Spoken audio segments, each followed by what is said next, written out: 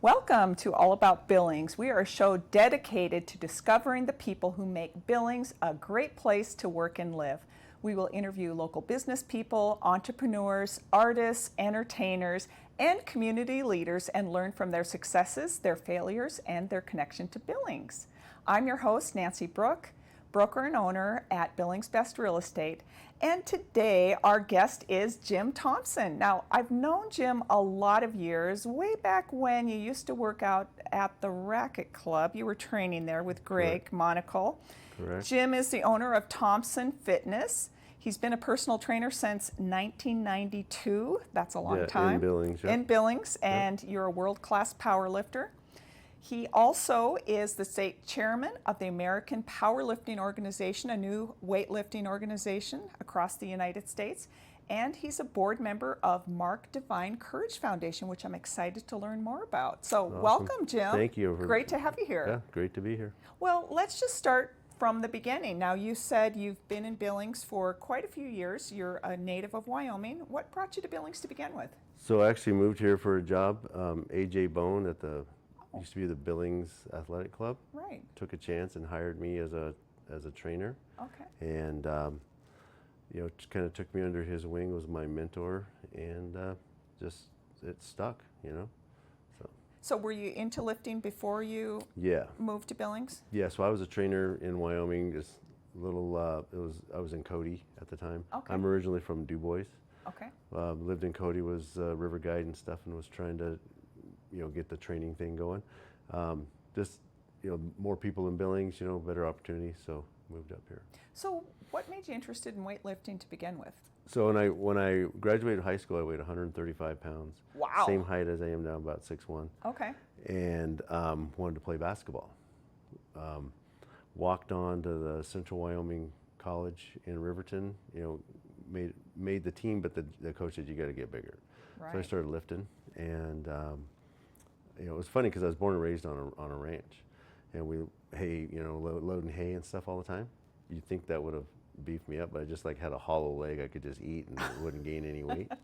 So finally started lifting, and by that I graduated in June. By December I weighed 180. Wow. And I decided I'd rather lift then, so I just started lifting right then. Started a weightlifting club at Central Wyoming College to raise money to get better equipment and stuff like that. Huh. And just went from So there. you must have been eating like a maniac to gain 50 pounds with playing basketball plus weightlifting. Yeah, I just eat. It's gross. It's like I eat tons of food, but yeah. So what was it that you loved about weightlifting enough to give up your, I guess you must have had excitement for basketball. Right, exactly. It just, it's just you set personal goals. It's so, team is great, but there's also that, try to beat your personal goal. And I guess probably just at first I started going into bodybuilding because I really wanted to get the chicks' attention. It didn't work very good, but and I wasn't a very good bodybuilder. I'm not that sexy looking, whatever. I build a little bit different. So my wife actually kind of pushed me into going into powerlifting, and that was it. I got into powerlifting, and I was like, okay, I'm hooked. So was that before you moved to Billings, or once you moved That to was Billings? after I moved to Billings. I was in Billings Okay. doing the bodybuilding thing. I competed, I think the last time at a bodybuilding show in 1999, I believe, was my last bodybuilding show. And then it's interesting because in bodybuilding, it was in Salt Lake City, a big NPC show in Salt Lake City. And we were there early, and I was in the heavyweight class, and not one person talked to us. Huh. The whole show, it was just, there's a lot of ego, When I got into powerlifting, I was competing in Canada one time. The guy had the world record in the squat, was pulling my straps up on my squat suit. A gal who was a multi-record holder was wrapping my knees. And at the time, Scott Mendelson, he's still heavy into lifting. He was, him and his crew were handing off my bench. So, it's not the ego, it's what you can do. Right. Well, and it's a supportive community. Very, yeah. So what was it about powerlifting that hooked you? So the bodybuilding, you realized maybe you just didn't have kind of the Right. genetics to get that classic look that, Mm-hmm. and it's subjective too. That's the other Yeah. thing with bodybuilding. They can look at you and you could be amazing, but then they're like, I don't like his this calves look. or Yeah, whatever. Yeah. exactly. Exactly. And so, yeah, I like the discipline of the bodybuilding. Like, it's a very disciplined sport. It's not super healthy. It's not healthy to get that lean and, try to stay down there. It's, and then they're bulking up and cutting back, and that's just not healthy. So, powerlifting, just a lot more, you kind of do it year round, and you can make progress year round. There's really no off season. There's just different levels, Right. different intensities and stuff that you work for. So you just liked having those goals. You like the bodybuilding goals, but Yeah. you like the powerlifting Like the a little better. powerlifting way better. The powerlifting seemed to be more, like you said, it's not subjective. You have 3 judges, and there's a set of rules, and if you follow those rules and you get that lift, then nobody can take that away from you. Sure. It's not like in bodybuilding, like I said, if you looked really good, but some judge maybe didn't think you looked as good as his friend Right. or something, it's not cut and dried like powerlifting. Well, and even with the rules, like somebody maybe calls a squat a little higher, Right. the difference is they'd probably call it high pretty much for For everybody. everyone. And you got 3 of them. Right. And the 2 sides, can be, because I'm a judge as well. Okay. And so it's, everybody's got their own, and the rules all say the same thing, and you have, you've got to hit that level, and, it's fairly easy, but like say, some people see a little bit differently. And Sure. it's also when you get these really heavy squats coming up, getting into position to see it from the exact angles and stuff, and that's on the judge. You got to get in there and see it, and that's why I like having 3, because if you have if you don't know, like in powerlifting, if you have 3 white lights, that's a good lift. 3 red lights is a bad. 2 whites and 1 red is good, and 2 reds and 1 white is bad. So, Right. you've got, you have a chance if one judge maybe called you high, but the other 2 said you're okay, then you're good. Well, and tell us a little bit about what powerlifting consists of. So you go to a competition. Obviously, you have to prepare for it because you're trying to lift your maximum Right. amount of weight you can. What consists of the powerlifting meet? So the 3 lifts are the squat, the bench press, and the deadlift, right? And it's done in that order. You squat first. Each athlete has 3 attempts. They start with a weight that they think they can get, right? If they don't get it, they can take the same weight again. They can't go down, but they can increase the weight and try to go heavier even, but they can't decrease the weight. And then say they get the second attempt, then they can go up and try for a third. Then that goes on your best squat. So that goes in for the total is going to be the best of all 3 lifts. So there's your squat. Your best lift of that was your squat. The heaviest lift you got in that squat. Then you're going to bench. The same thing. You got 3 attempts, and then you get the best one, and then the deadlift. And then when you total that up, you get it. Now the squat, you take a bar on your back, you squat down, you crease your hip, drops below the top of your knee, you return it back up. The judge says rack, you rack it, and then they give their judgment on the lift. The bench, they hand you're laying on the bench press, your lift off, you get the lift off, you take it down, you touch motionless on the chest.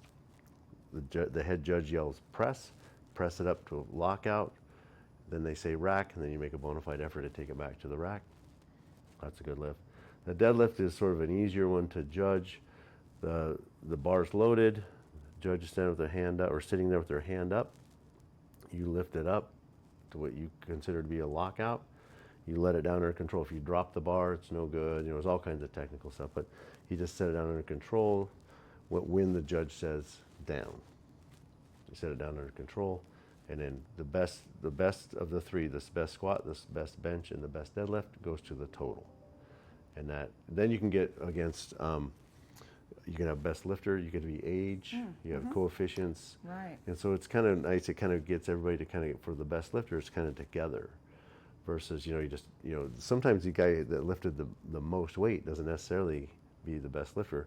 We had a gal last year, Dorothy Ott, and she's in her 80s, and she won best lifter in the females because of her her bench press, and her age and the coefficient and stuff. It makes it kind of a fair, for everybody.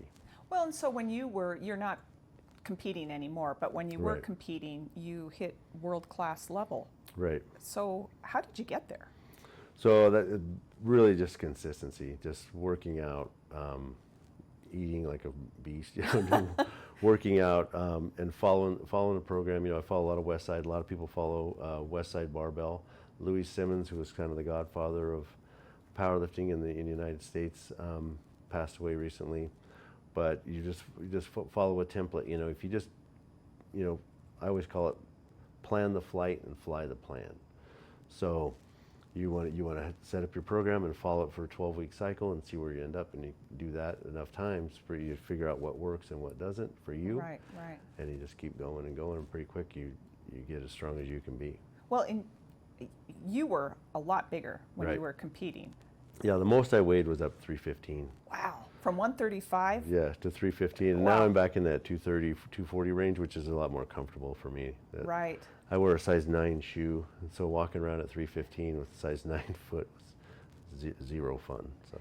And I know you've shared before that you got involved with some of the steroid use Right. too, which was really something that took you out of the game health-wise, right? Right. So yeah. So I would take steroids, and just like everybody, when they take a little bit, they think it's going to be. And I couldn't afford a ton.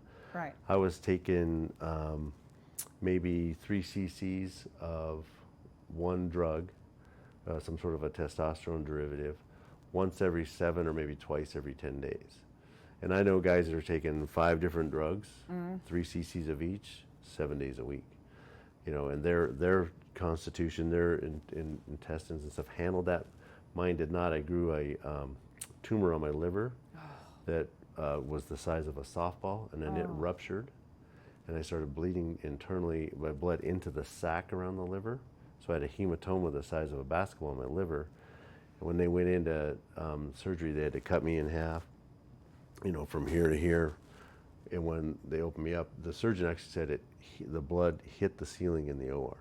Oh It my was that much gosh. pressure, and it was bleeding. It was like a water balloon.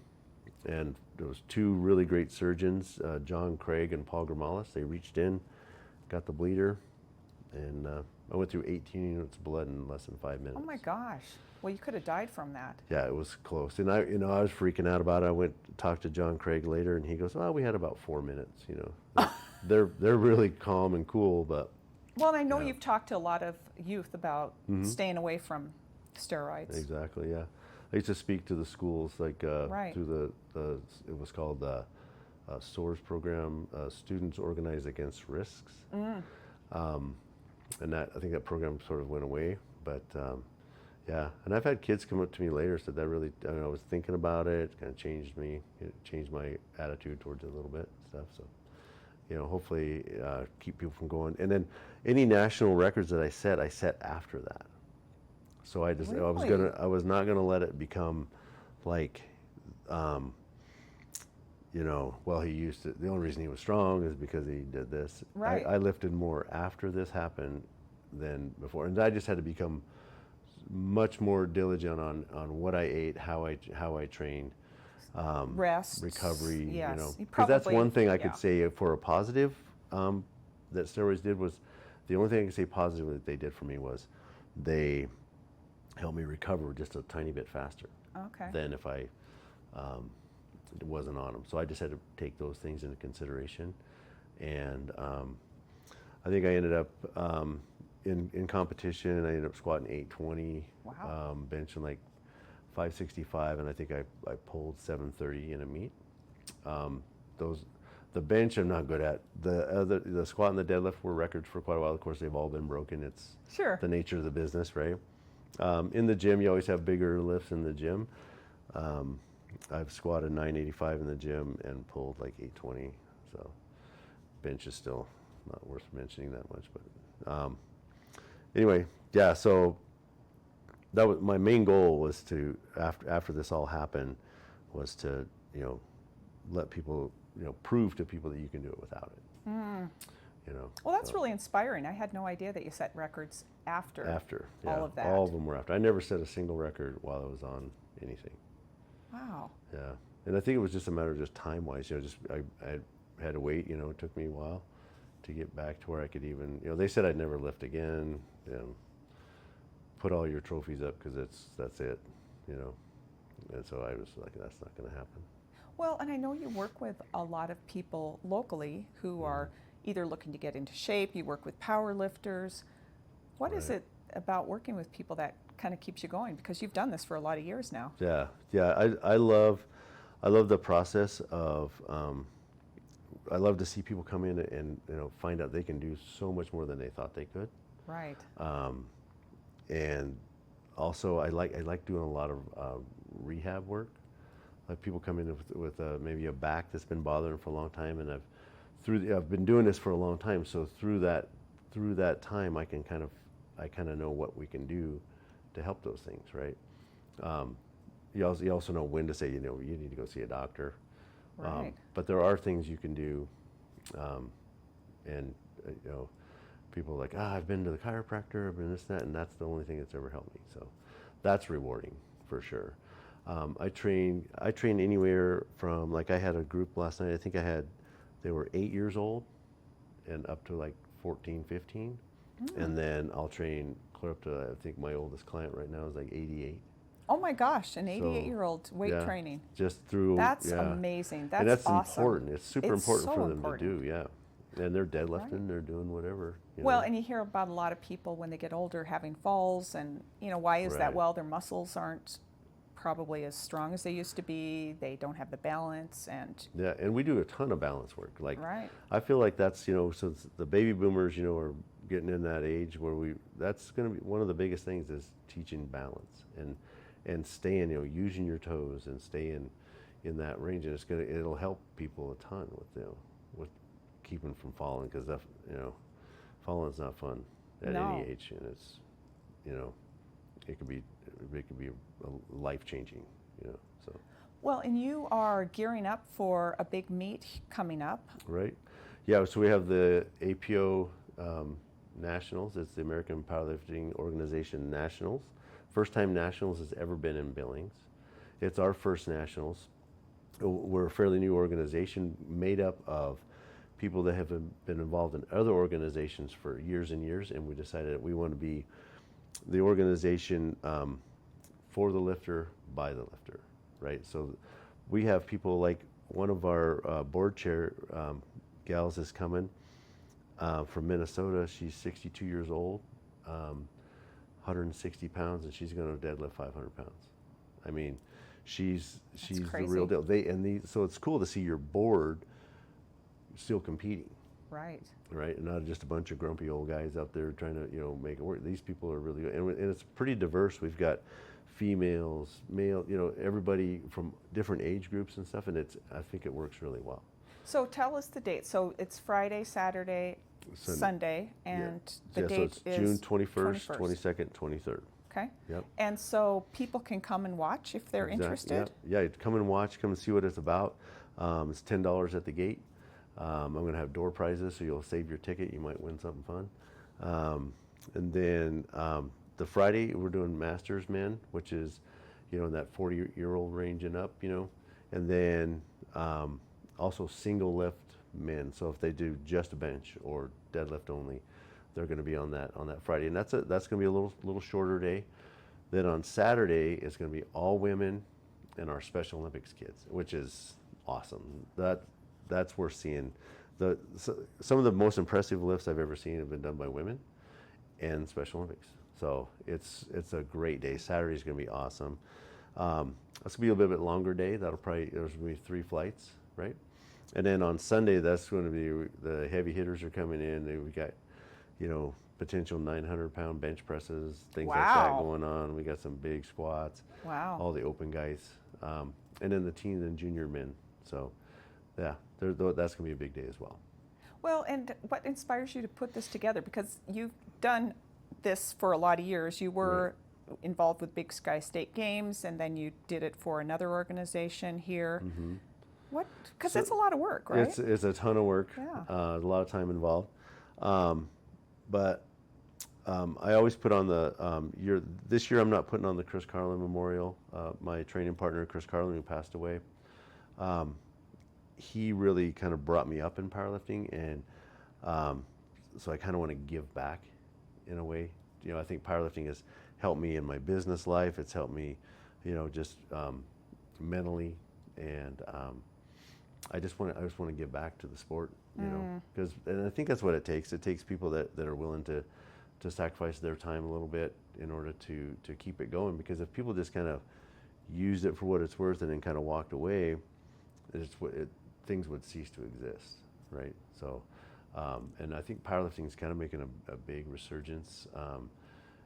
And we have so many, you can do raw, you can do full equipped, which is, the supportive gear. Anything you want to do, basically there's so many, there's so many divisions, it's crazy. But. Well, and people would have no idea, like the equipped lifters, I mean, it's crazy, like even trying to bring the bar down to their chest to do a bench press, that's like the hardest part. Yeah. They're like, oh. Yeah, to follow it, it's like if you have a triangle and you got to set the bar right on top of that triangle and then bend it down. It's got to follow that groove. If it goes down, it's going to dump. If it goes back, it's going to dump. So sort of what takes them the longest time is to keep that groove, get it down, and then they just pop it up. It's just crazy. And the same with squats. I mean, it looks like they're going slow-mo down, and then it's boop. To stay controlled and stay in the groove, And it's like Louis Simmons said one time, and it's sort of stuck with me. He said, I have a triple ply bench shirt back there laying on the bench with a bottle of testosterone on it, and I've never seen it bench anything. So there's still the human aspect of it, I mean, it's a different category, though. Yeah, it's a different can't category. compare somebody with no equipment to somebody who's has multiply. Yeah, and so they're in their own division, right. And everybody's competing in, with an equal. But it's fun to watch. It's super fun, yeah. Like I say, it's a different game a little bit. Right. But it's really fun to watch, and it's crazy just that the human body can do what it can do. So what's been the most rewarding thing for you personally about powerlifting? Honestly, I got into powerlifting. I got to a place in powerlifting in my career where my daughter would be playing soccer, and I was more excited about her scoring a goal than what I did. I drove to Idaho or whatever by myself, and it was calling as soon as I got to see how she did. I won the event, maybe got best lifter, but to me that was, I love to see other people succeed. So when I see like Dorothy Ott, killing it, that's just, I saw one of the most impressive lifts I saw was judging a national event, and this gal, I think she weighed 99 pounds and she deadlifted 300. She was this tiny little thing, her hands could barely, go around the bar. And, that was super impressive to me. That's fun. It's fun to watch. And then with my clients, I love seeing my clients succeed, and and can't even believe that they lifted what they just lifted. Well, and you have they come from all walks of life. I know you said you have children, you have professionals, you have older individuals. What brings them all to lifting as a way of life? Because it's more than just, some people don't compete, some people do. Yeah, you definitely don't have to compete, but it's like just that push, just knowing, man, I did, even if I did that, I did 10 reps with that weight, where when I walked in here I couldn't do one, or even a push-up. Like a lot of times I won't even have the young kids even touch a bar until they can show me they can do a decent push-up, right? And that just builds on that, and they just get stronger and stronger, and pretty soon they're like, I can't believe I just lifted that, and it's just confidence, Right. And it's not that swagger kind of ego stuff that you see a lot of times. It kind of gives weightlifting a bad name, It's more, they have confidence to go out and, okay, I can tackle anything now. I can do my schoolwork. I can do this. I can do that. It's all just part of the mental toughness stuff. I do a lot of work with that too. So what's been the biggest disappointment or biggest challenge you've had, either in your journey as a trainer or in powerlifting as a lifter?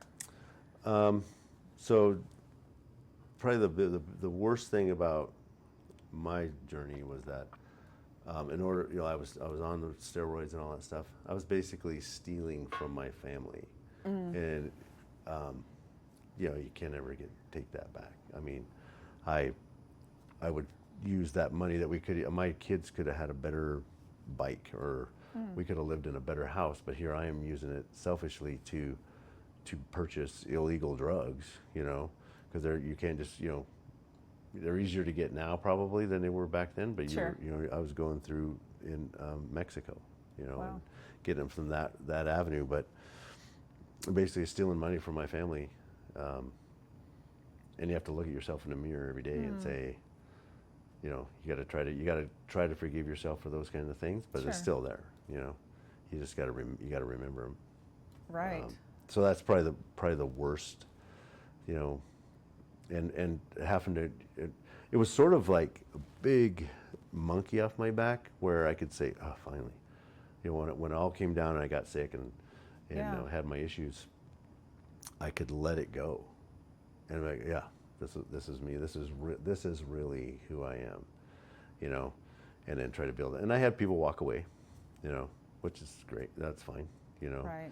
I get it, but most people were like, okay, let's pull up and let's move forward. So what has made you stay in Billings all these years? I know I just fell in love with Billings. I mean, I think it's the right size. I can run a business. I can get all walks of life, like you said. I get professionals. I get kids working at McDonald's. Whatever. I can get that whole thing. There's ample opportunity for outdoors. We do a lot of hiking and stuff, so you're close to just any trail. You can take off from here in 10 minutes and hit a hike, or you can drive a bit. So the outdoors part of it as well, and I feel like it's right in a good cusp of places for that. We're pretty lucky to live here. That's why I'm going to try to have everybody that's coming to the Nationals, I'm trying to get them to go to the park, because we take that for granted. I feel like we could all go to the park, on a weekend, but these people, this might be the first and only time they ever get to see it. So, The one thing that I was just thinking about is one of your clients, I just know personally, I've known this person for a lot of years, and it's so amazing to me to see the transformation of one person. That must feel so good when Oh, you, yeah. I mean, this person was not out of shape or anything, but just pretty slight. Right. And to see the muscle mass that's been added, it's just like, wow. yeah, I mean, that must be really fun. yeah, it's super fun. That's one of the biggest things. Like when they hit something, or they just they walk in, you're like, holy crap, that's I it's did really that, yeah. that's very exciting, and people are like, I mean, I can show the way, but they have to do the work. So it's theirs, right? I just helped, facilitate it, Well, but the work was done by them, and the accountability. I think that's a big thing. That's probably the biggest reason I have a job, is that they're accountable. Money's a motivator. You pay a little bit of money, and then I paid for this. I'm going to go do it. And that keeps people motivated. So for sure. Well, Jim, the time has flown by. It's been great Right. having you here today. Thank you, everybody, for joining us. I'm Nancy Brooke with Billings Best Real Estate, and we hope to see you next time on All About Billings.